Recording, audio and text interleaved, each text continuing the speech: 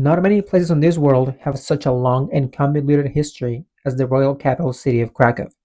The city used to be the capital of Poland until the capital was moved to Warsaw, an event that marked a complete decline and left the city in disrepair.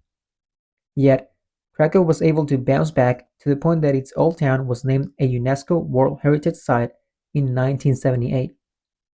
Attempting to express in a video how beautiful the old town is will be a disservice to you. It is one of those places that you have to check out for yourself before you die. Nonetheless, the city's main attribute is its resilience.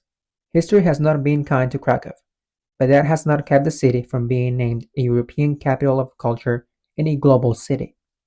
In this video, you will learn about Krakow's history and its must-see main attractions. Archaeological records show that Krakow was first settled during the Stone Age. However, the foundation of the city is often attributed to the mythical King Cracus. According to lore, Cracus was a Vistilian king that decided to found a city around Wawel Hill. It is assumed that this new city was named in his honor, and that's how Krakow gained its name. In terms of written history, the first record of the city's name dates back from 965, but it is believed that the city was called a variation of Krakow from much earlier. Whether the legend of Krakow is true or not, most people accept this story as how Krakow came to be. Regardless, before the birth of the Polish state, Krakow was the capital of the aforementioned Vistulans. Then it was part of Moravia, which in 935 fell under control of the Duchy of Bohemia. In the late 10th century, the Polish-Bohemian War of 990 resulted in Krakow being annexed by the newly formed Polish state ruled by Mieszko I. Tensions between Bohemia and Poland persisted for centuries. Thus, in 1039, Bohemia sacked and destroyed both Poznan and Gniezno.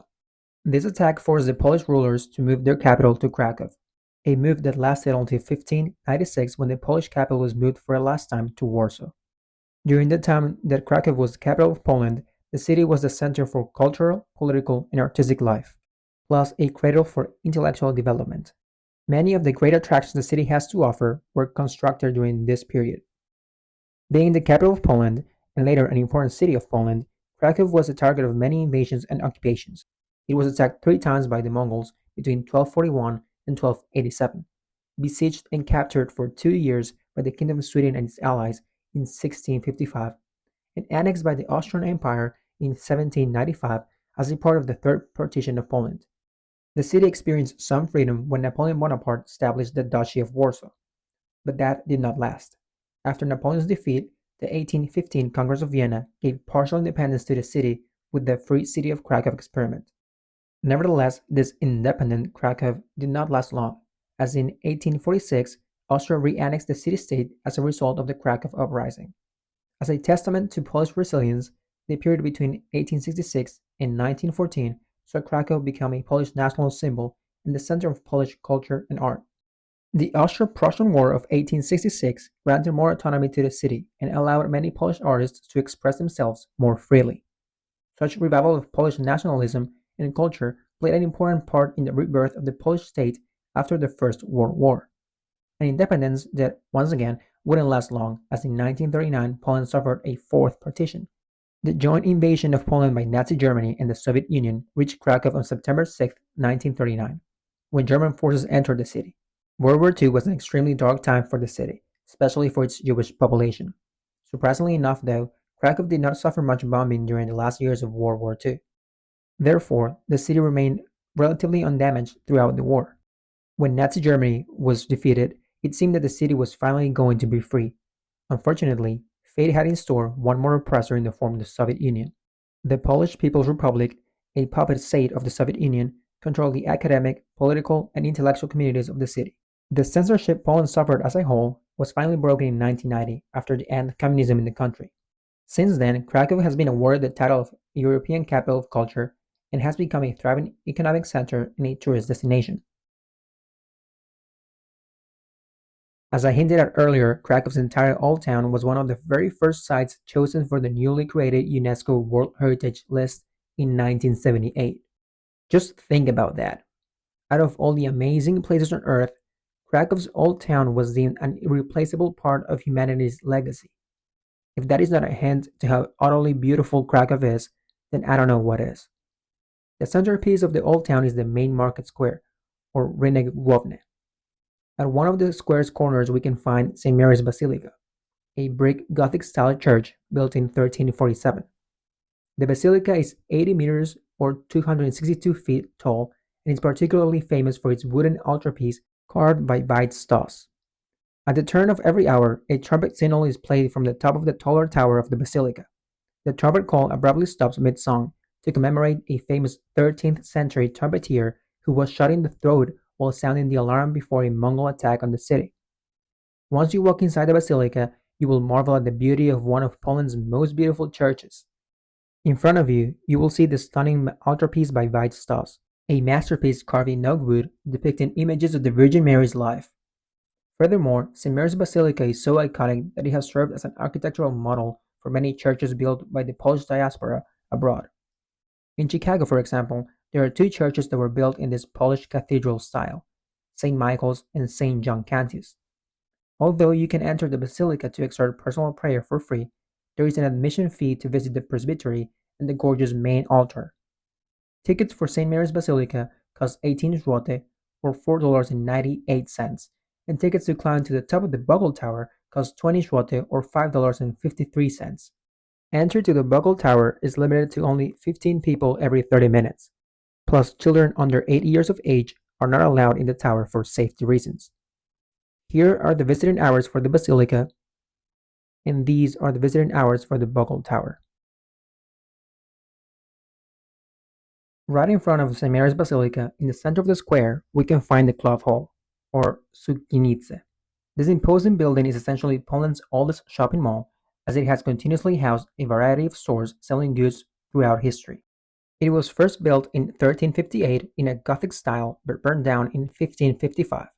Between 1556 and 1559, a new cloth hall was built in a Renaissance style that better fitted the times. The 15th century is often considered the golden age of the cloth hall. During this time, it served as the place where people would discuss business and barter different goods and services. Many exotic imports from the East, such as spices, silk, leather, and wogs, were sold here. Unfortunately, the cloth hall heyday did not last much longer after the capital was moved to Warsaw in 1596.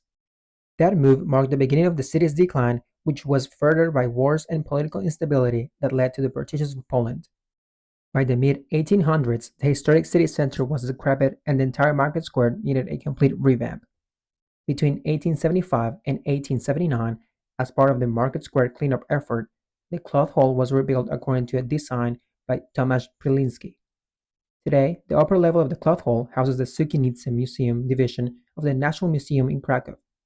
It holds the largest permanent exhibit of 19th century Polish painting and sculpture. The lower level is a bustling market with many stalls selling jewelry, lacework, and other Polish souvenirs.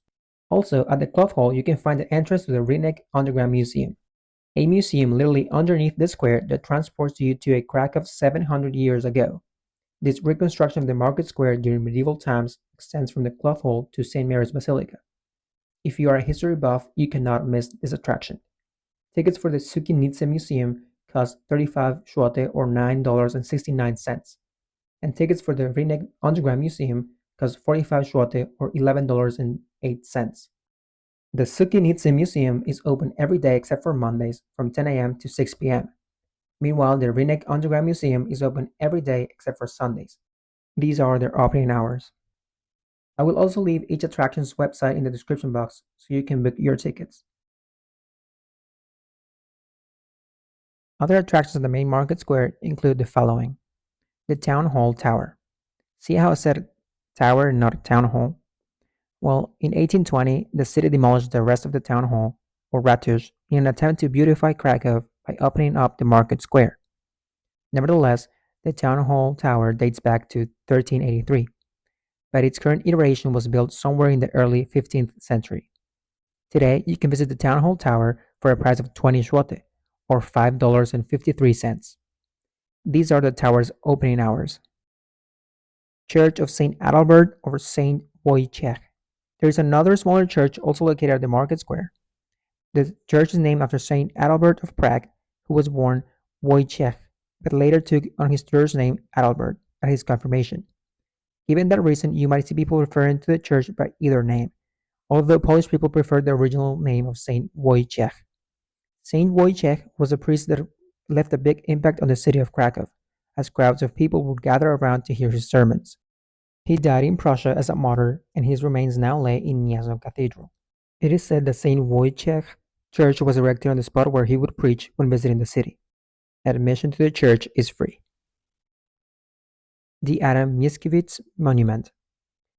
The statue of the greatest Polish Romantic poet of all time was built in 1898 on the 100th anniversary of his birth. In 1940, during the German invasion of Poland, the monument was destroyed by the Nazis. It was not to be seen in the square until its restoration in 1955.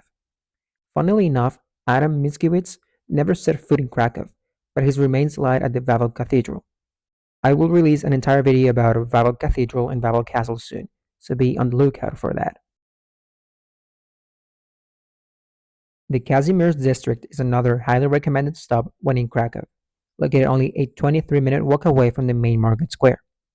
Kazimierz used to house the historic Jewish quarter that was once witness to the many injustices Jewish people suffered during the Nazi occupation of Krakow. The district makes remembrance of everyone that lost their lives during those dark times by having powerful museums such as the Galicia Jewish Museum and the Old Synagogue Museum. Tickets for the Galicia Jewish Museum cost 35 zloty or $9.35 and 20 zloty or $5.34 for the Old Synagogue Museum. In addition, the district is home to several synagogues like the Old Synagogue, the Temple Synagogue, and the Remo Synagogue. As well, I have to mention another culturally significant piece of Jewish history in Krakow, Oskar Schindler's enamel factory. Although it is not located within the Kazimierz district, it is nearby. The place that inspired the movie, Schindler's List, can be found in Krakow. There are two museums on the factory grounds, the Museum of Contemporary Art in Krakow on the former workshops, and a branch of the Historical Museum of the City of Krakow in the administrative building of the former enamel factory. Tickets for the Art Museum cost 30 zloty or $8.01, and tickets for the Historical Museum cost 40 zloty or $10.38. As a disclaimer, neither museum is a Schindler's List museum. Instead, the Art Museum is a contemporary art gallery, and the Historical Museum is a Holocaust museum that mentions the factory's history. Walking around Kazimierz will be an impactful experience, even if the scars of the past might not be easily visible. Along with its Jewish part, Kazimierz also has a Polish or Catholic part. For many centuries, Kazimierz was a place where ethnic Polish and Jewish cultures coexisted and intermingled. Thus, you can also find beautiful Catholic churches such as the Corpus Christi Basilica and the Basilica of Saint Michael the Archangel. The latter is often referred to as Skławka, which translates to small rock in Polish, and is considered the site of Saint Stanislaus' martyrdom. Saint Stanislaus is the patron of Poland and Krakow, plus he was the first Polish person to become a saint in the Catholic Church. Visiting Skławka, or the Church on the Rock, costs 30 zloty or $8.03 per person. Present-day Kazimierz is a tourist hotspot, mainly known for its trendy cafes, bars, and many great restaurants. Here is the place to unwind, eat some great food, or even grab a drink.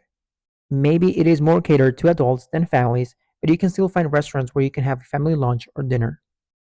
The Plagnowy area is the heart of the touristy area of Kazimierz, where you will find phenomenal restaurants and probably the best bars in all of Krakow. Talking about Krakow's club/bar scene, men should be careful with many tourist scams that pose as bars or clubs. I caution men more than women because they usually are the focus group of these scams. All over the touristy areas of the old town, there are individuals that will approach you and promise lots of alcohol and a wonderful time at their bars. However, they tend to spike drinks, steal cards, or at the very least, overcharge your card insane amounts. Don't be afraid of Krakow's nightlife, though. Besides those terrible scam bars, the Old Town is a fun place to have a drink and even have a night out. A good guide is to check the bar or club's reviews beforehand. The scam places have a myriad of bad reviews. Yet, no one would blame you for skipping the Old Town and heading directly to Kazimierz whenever it gets dark. Szeroka Street is another area of Kazimierz that you should consider checking out. This street caters more to having food rather than grabbing a drink, but you can find both in the immediate vicinity. Plus, it is very close to Plagnowy, meaning you can start your night there and end up at Plagnowy. Although I only mentioned things to do in the Old Town and the Kazimierz district, there is so much more to see in Krakow. great parks like Blanty Park in Błonia, or bustling neighborhoods like Zawodzie and Old Podgórze. Stay tuned for the video about Wawel Hill, where I will go over one of the places you cannot skip when in Krakow. I would have added Wawel Hill to this video, but I personally think it deserves a video of its own. Hopefully you enjoyed this first part of what to do in Krakow, and it will help you know what to do when you are in the city. Consider subscribing and leaving a like if you desire to do so. Leave any questions or extra recommendations in the comment section. God bless you and have a great day.